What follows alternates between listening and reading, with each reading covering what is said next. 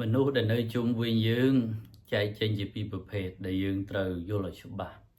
ថាតើមនុស្សដែលនៅជុំវិញយើងនឹងជាមនុស្សប្រភេទម៉េចទី1គឺមនុស្សល្អទី2គឺមនុស្សអាក្រក់មនុស្សល្អសង្កេតងាយគឺណាធ្វើឲ្យយើងសប្បាយចិត្តធ្វើឲ្យយើងនឹងឯងធ្វើរឿងជាប្រយោជន៍ណែនាំយើងឲ្យធ្វើរឿងដែលមានប្រយោជន៍រឿងណាឥតប្រយោជន៍មិនធ្វើទី2គឺមនុស្សអាក្រក់នាំតែភាពចង្រៃភាពវិនិច្ឆ័យហិនហើយខ្លោចផ្សាមកឲ្យយើងអ្នកនោះអាចថាជាកូនរបស់យើងជាមិត្តរបស់យើងឬក៏ជាអ្នកនៅជុំវិញយើងនឹងឯងមនុស្សល្អលោកគេហៅថាកល្យាណមិត្តឬក៏ឧត្តមបុរសខ្ពង់ខ្ពស់បុរសប្រសើរលោកប្រៀបដូចជាទិសខាងកើតទិសបូព៌ាដែលជាទីរះឡើងនៃព្រះអរុណយើងឃើញហើយកាលណាព្រះអាទិត្យរះឡើងមកហើយសត្វលោកបានទទួលពលឺសូម្បីតែសត្វឆាបក៏ស្រែកច្រៀងខៀវខ្ញាទៅហឺងអើងកងនៅតាមដើមឈើនោះមនាប្រុសស្រីផងទាំងឡាយមើលឃើញពលឺភ្លឺស្វាងអាចធ្វើការងារប្រកបមុខរបរចិញ្ចឹមជីវិតបានធម្មជាតិទាំងអស់សូម្បីតែផ្កាផ្សេងក៏ចាប់ផ្ដើមរីកស្រស់បំព្រងដើម្បីទទួលនៅពន្លឺនៃព្រះអាទិត្យពិភពលោកទាំងអស់មើលឃើញគ្នាភ្លឺស្រឡះល្អក៏ដោយអាស្រ័យទិសខាងកើតជីវិតយើងក៏ដូចគ្នាកាលណាយើងមានកល្យាណមិត្តដែលជាមិត្តល្អគឺធ្វើឲ្យជីវិតយើងទាំងឯងមានរស្មីមានមង្គលមានសិរីសួស្តីណាព្រោះអាស្រ័យការសេពគប់ឬហៅថាបរៈខោសៈម្យ៉ាងវិញទៀតមិត្តល្អលោកប្រៀបដូចជាទឹកអប់ដែលក្រអូបណាកាលណាយើងយកមកបាញ់យើងក៏ក្រអូបផងយ៉ាងណាមិញមនុស្សល្អមនុស្សមានចំណេះអ្នកប្រាជ្ញកាលណាយើងចូលទៅសេពគប់ជាមួយផងធ្វើឲ្យយើងនឹងឯងខ្លាយទៅជាមនុស្សល្អមានតម្លៃមានប្រយោជន៍រីឯមនុស្សមួយប្រភេទទៀតនោះគឺជាមនុស្សអាក្រក់នេះឯងគឺនាំយើងទៅធ្វើអំពើអាក្រក់នាំយើងទៅសេពសុរានាំយើងទៅលេងល្បែងនាំយើងទៅធ្វើអំពើអបាយមុខផ្សេងបង្កបញ្ហាមកឲ្យយើងកើតតែទុក្ខអន្តរស្រានម្ដងហើយម្ដងទៀតប្រៀបបីដូចជាលាមកដែលជារបស់ស្អុយកាលណាយើងនៅចិត្តយើងបានក្លិនស្អុយហើយបើយើងទៅប៉ះទៅចាប់ប្រឡាក់ដៃប្រឡាក់ជើងយើងដើរទៅណាទៅណីគឺយើងមានតែក្លិនស្អុយជាប់ខ្លួនរហូតនេះយ៉ាងណាមិញកាលណាយើងសេពគប់មនុស្សអាក្រក់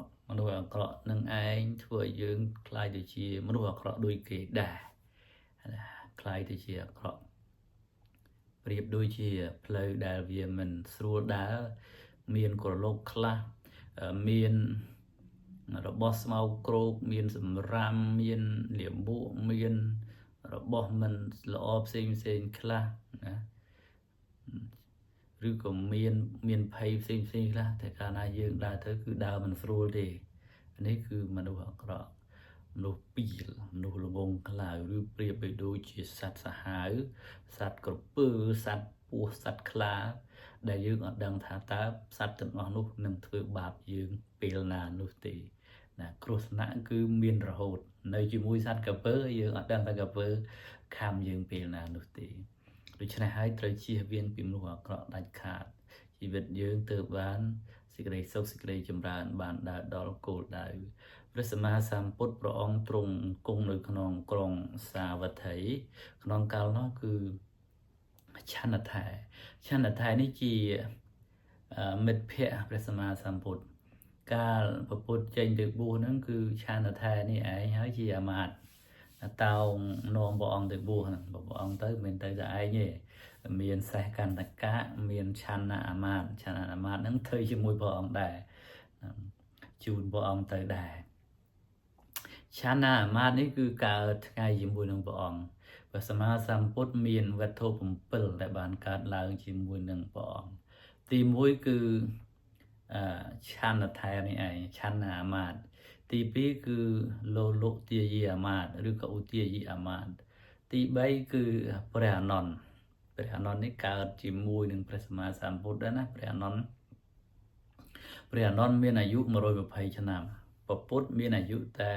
80ឆ្នាំអញ្ចឹងព្រះអនន្តនឹងអាយុវែងជាងពពុទ្ធ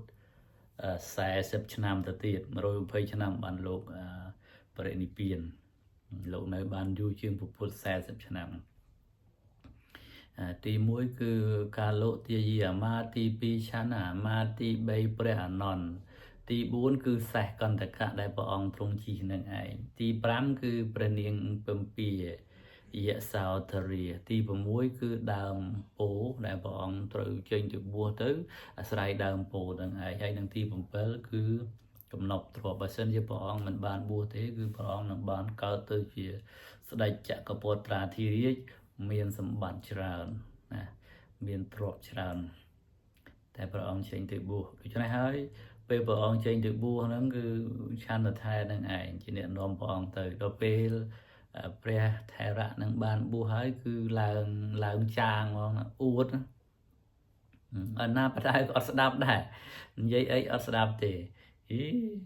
នេះឯងក៏មកបដៅយើងណាយើងជូនព្រះទៅបួសមានណាអ្នកជូនព្រះទៅបួសកាលព្រះអង្គចេញទៅនោះគឺអត់មានទេអត់មានសេរីបុត្រអត់មានមោគលានទេអត់មានសាវកឆ្វេងសាវកស្ដាំទេកាលនោះឥឡូវសិតទីយើងជាសារីបុត្រយើងជាមោគលានយើងជាអគ្គសាវកណាចុះអាកាលនោះមិនឃើញមានពីណាអ្នកណានៅតាហានជាព្រះសិរីបុត្រជាព្រះមោគលានជាផងដាក់ប្រដាសាគេឯងផងភិក្ខុសង្ឃហៅទៅស្ដីហៅទៅអប់រំអត់ស្ដាប់រហូតដល់ព្រះអង្គបញ្ញត្តិសិក្ខាបទនៅក្នុងទុតិយនៅក្នុងសិក្ខាបទនៅក្នុងសង្ឃេតិសេសទី2ហ្នឹងទុបច្ចៈភិក្ខុគឺភិក្ខុដែលប្របាក់បដៅហ្នឹងបញ្ញត្តិសិក្ខាបទថាភិក្ខុណាមួយដែលប្របាក់បដៅហើយមិនស្ដាប់ដាក់អាបត្តិសង្ឃេតិសេសឲ្យទៀតអញ្ចឹងពេលព្រះអង្គហៅទៅណាព្រះអង្គដឹងថាឆានថេរៈនឹងឯងជាព្រះអគ្គសាវកផងជាភិក្ខុសង្ឃផងហៅទៅថានៅឆានអាមាត្យ